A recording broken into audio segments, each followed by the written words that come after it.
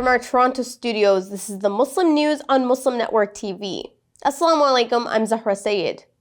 Our top story tonight. Indian Prime Minister Narendra Modi's newly elected government, sworn in on Sunday, notably lacks Muslim representation.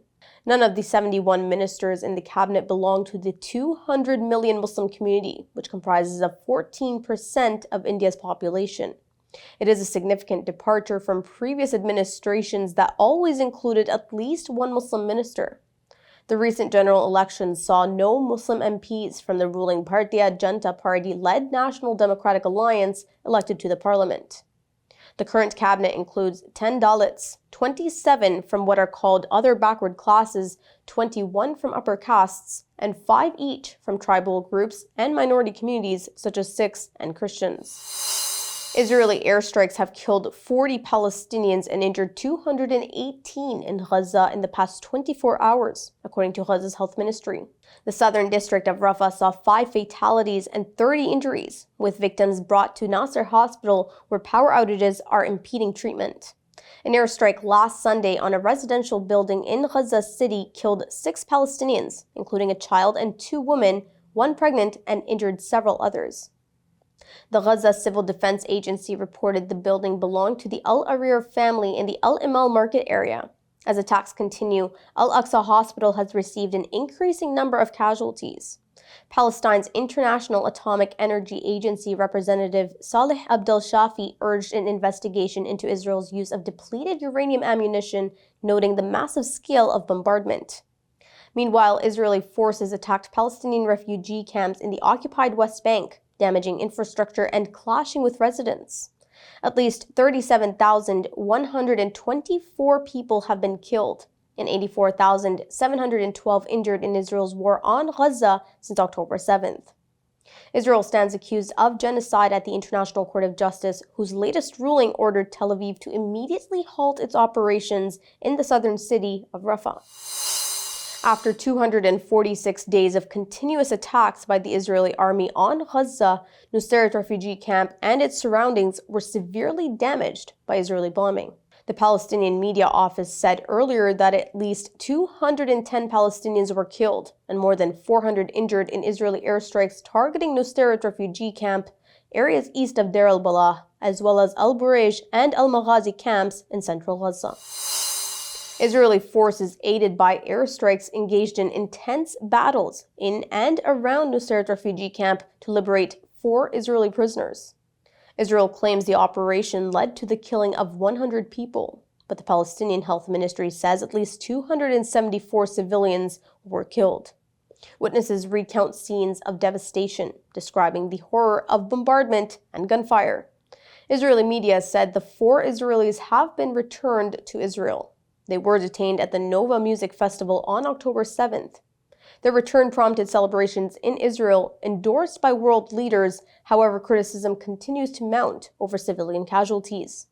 European Union's Josep Borrell condemned the operation. Israeli officials have criticized the EU's response, alleging bias against what it calls Israel's defensive actions. Israeli Communications Minister Shlomo Karhi has extended the closure of the Qatar-based Al Jazeera television. The Israeli minister claims the ban unanimously was adopted based on updated opinions from all security sources, which state unequivocally that the channel's broadcasts are a real threat to the security of the state. The minister did not specify for how long the ban was extended. Israel Hayom newspaper, however, reported the closure was extended 45 days. On Wednesday, the Tel Aviv District Court upheld a 35-day ban on Al Jazeera television instead of the 45 days requested by Communications Minister Shlomo Karhi. On May 5th, the Israeli government decided to ban Al Jazeera, close its offices in Israel, and restrict access to its website under a law passed by the Israeli parliament. The Doha-based broadcaster condemned the ban as a blatant attack on press freedom. The Israeli ban has been widely criticized by international and regional organizations as an assault on media freedom. Former House Speaker Nancy Pelosi has disapproved of Prime Minister Benjamin Netanyahu addressing the United States Congress. She said she absolutely would not have invited him. Pelosi expressed sadness over the invitation, questioning Netanyahu's tenure amid political shifts in Israel. She cited discontent amongst Americans and predicted further discord. Pelosi's remarks on CNN highlights concerns over Netanyahu's speech, emphasizing potential repercussions and the need for political stability. A Free Palestine camp set up in front of the White House in Washington. Details come after the break. Stay tuned and we'll be right back.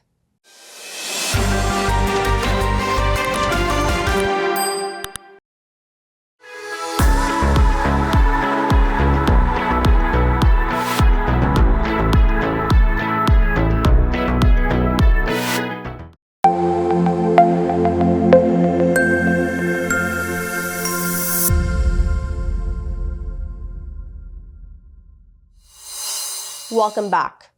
Thousands of demonstrators gathered at the White House on Saturday condemning Israel's ongoing offensive in Gaza, which resulted in the recent killing of 200 Palestinians. The rally marked 8 months of the war. Protesters also called out President Joe Biden for his seemingly empty threat to cut off American arms and diplomatic support for Israel's war on Gaza.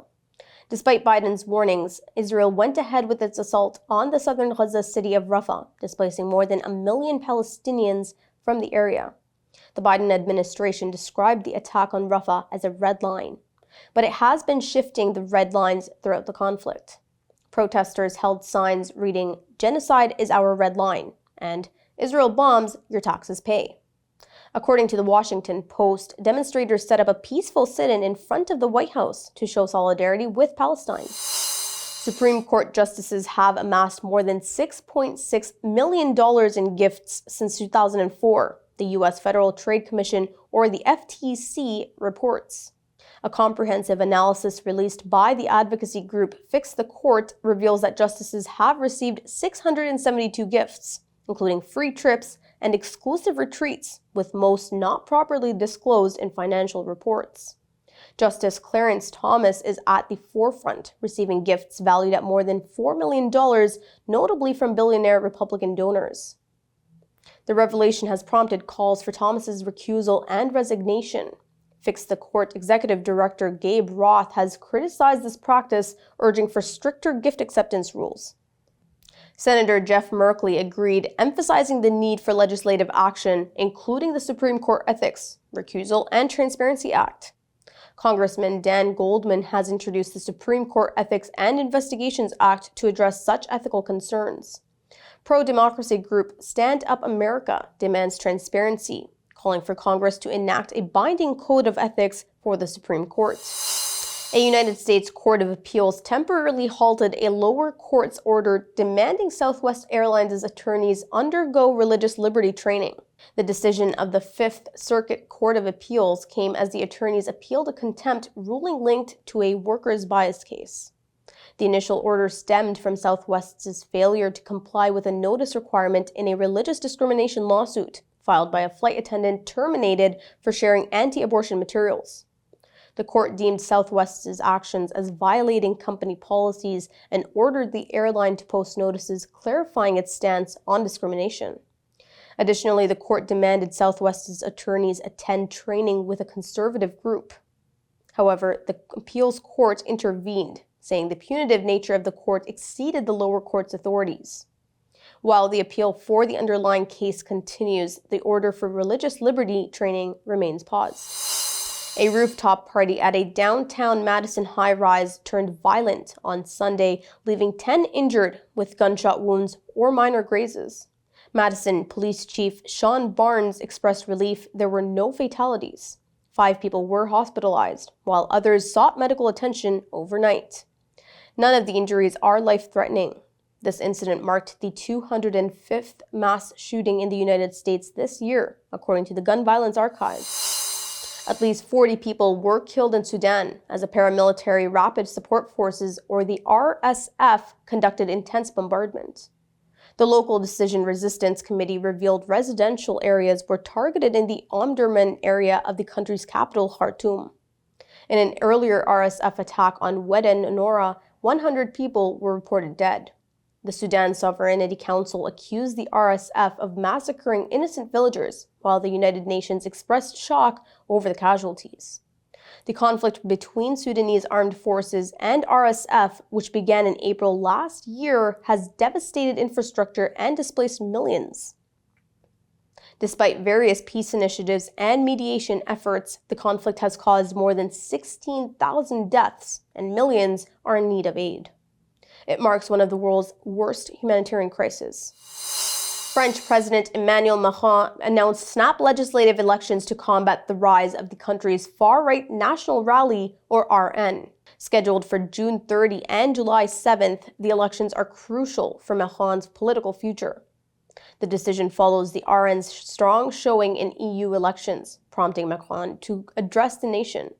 He acknowledged the far-right's nearly 40% vote share. Macron aims to regain ground within 3 weeks of campaigning before the Paris Olympics. With just over 52% voter turnout in the EU elections, Macron hopes to rally support from those who abstain to thwart the far-right's advance. Analysts say his best-case scenario involves reclaiming the absolute majority lost in 2022, revitalizing his presidency for the remaining 3 years. Saudi Minister Tawfiq al-Rabi'a is reinforcing the religious nature of the Hajj pilgrimage, stressing its sanctity devoid of political slogans. Amid global scrutiny, the statement raises questions regarding solidarity with Gaza during Israel's ongoing war on the region. Al-Rabi'a affirmed Hajj's commitment to spiritual devotion and tranquility, denouncing any politicization. The timing ahead of the pilgrimage's commencement on June 14th adds significance. Notably, Saudi Arabia has intensified arrests for criticism of Israel, which observers say signals a stringent stance. Despite speculation, the kingdom reiterated no normalization with Israel without a move towards a ceasefire in Gaza and Palestinian statehood. Israel's 8-month-long assault on Gaza has killed over 37,000 Palestinians and garnered international condemnation. That's all from our Toronto studios tonight. Thank you for tuning in.